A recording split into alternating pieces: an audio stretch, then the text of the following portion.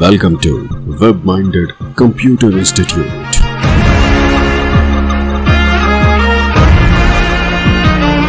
Then like, subscribe and share.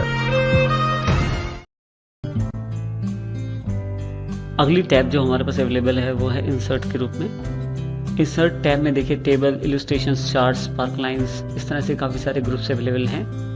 सबसे पहले हम लोग अध्ययन करेंगे टेबल्स ग्रुप का, जिसके अंदर दो ऑप्शन हैं, पाइवट टेबल और टेबल। पाइवट टेबल को समझने से पहले आइए एक टेबल की जानकारी ले लेते हैं। हमारे पास तीन फील्ड अवेलेबल हैं। स्टेट, जिसमें दिल्ली, पंजाब और हरियाणा के नाम से तीन स्टेट्स का डेटा है। आइटम, दिल्ली में 3 आइटमें बिकती हैं, ऑयल, शुगर और घी। इसी तरह से बाकी 2 स्टेट्स में भी ऑयल, शुगर और घी।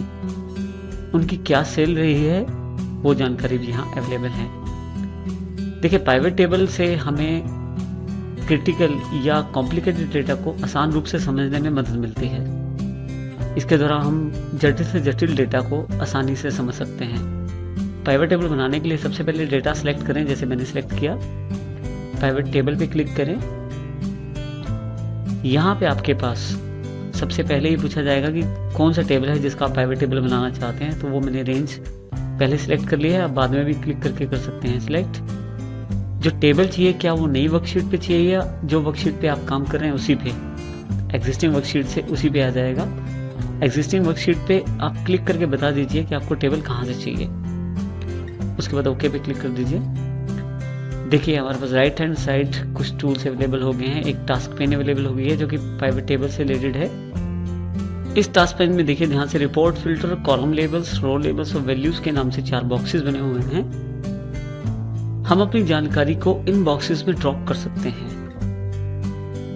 उदाहरण के लिए स्टेट को मैं कॉलम लेबल में, आइटम को मैं रो लेबल में और वैल्यूज वाले में सेल को डाल देता हूँ। जो वैल्यूज वाला बॉक्स है उसमें न्यूमेरिक डेटा डाला जाता है जिसपे कैलकुलेशन की जा सके।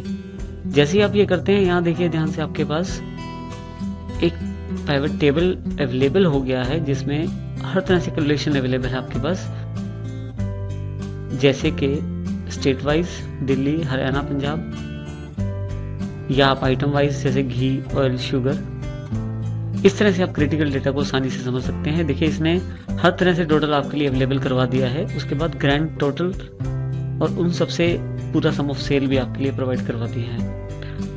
आप चाहें तो यहाँ पे क्लिक करके आप, जो कि रो लेवल का ड्रॉप डाउन बॉक्स है, यहाँ पे ऑप्शन ऑन ऑफ भी कर सकते हैं। जैसे मैं घी को ऑफ कर देता हूँ तो बाकी दोनों चीज़ों का टोटल मेरे पास अवेलेबल हो जाएगा। मैं चाहूँ तो सिलेक्ट ऑल करके सभी सिलेक्ट कर सकता हूँ। इसके अतिरिक्त मेरे पास सॉर्टिंग ऑप्शन अवेलेबल हैं, इनका प्रयोग भी कर सकता हूँ। यहाँ पे ओके करते हैं, मेरे पास टेबल अवेलेबल हो गया। इसी तरह से कॉलम लेवल में भी ध्यान दीजिए, मैं चाहूँ तो स्टेट भी डिसेबल कर सकता हूँ। जैसे मैं दिल्ली और पंजाब का डेटा देखना है तो क्लिक करके ओके कर दूंगा। अब सिर्फ दिल्ली और पंजाब का डेटा और उसी से रिलेटेड ग्रैंड टोटल दिखाया गया है। इस तरह से क्रिटिकल डेटा को आसानी से देखा जा सकता है पाइवट टेबल के द्वारा। देखिए, जब भी हम पाइवट टेबल पे क्लिक करते हैं, हमारे पास 2 टैब्स अलग से अवेलेबल हो जाती हैं, ऑप्शंस और डिजाइन के रूप में। सबसे पहले हम ऑप्शन टैब का अध्ययन करेंगे जो कि पाइवट टेबल से रिलेटेड है। इसमें ध्यान दें, ऊपर जो अपर हेड आ रहा है पाइवट टेबल टूल्स के रूप में आ रहा है। ऑप्शन पे सबसे पहले हमारे पास देखिए पाइवट टेबल का नाम दिखाया जा रहा है। आप ये नाम बदल भी सकते हैं। इसके अतिरिक्त जैसे ये सम ऑफ सेल जहां लिखा है, मैं यहाँ क्लिक करके या यहाँ से इसका नाम भी चेंज कर सकता हूँ, जैसे कि टोटल सेल। इसके अतिरिक्त फील्ड सेटिंग पे क्लिक करके मैं ये बता सकता हूँ कि किया क्या जाए, क्या सम किया जाए या एवरेज निकाला जाए या पूरी सेल में से सबसे ज़्यादा सेल बताई जाए मैक्सिमम के द्वारा या कम सेल बताई जाए मिनिमम के द्वारा।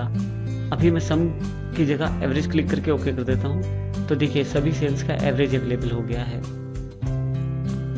इस तरह से फील्ड सेटिंग के द्वारा आप ये बता सकते हैं कि कौन सा फार्मूला उस पर अप्लाई किया जाए। अभी मैं इस पर सम दोबारा अप्लाई कर देता हूँ।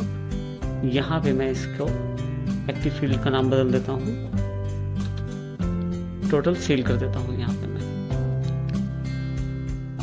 इसके अतिरिक्त यदि आप ध्यान से देखें, इस टेबल के पास जब हम टेबल पे क्लिक करते हैं, जो हमारे टास्क बॉक्स एक साइड पे लिस्ट पड़ी हुई है पिवट टेबल की, इसमें एक रिपोर्ट फिल्टर के नाम से बॉक्स है।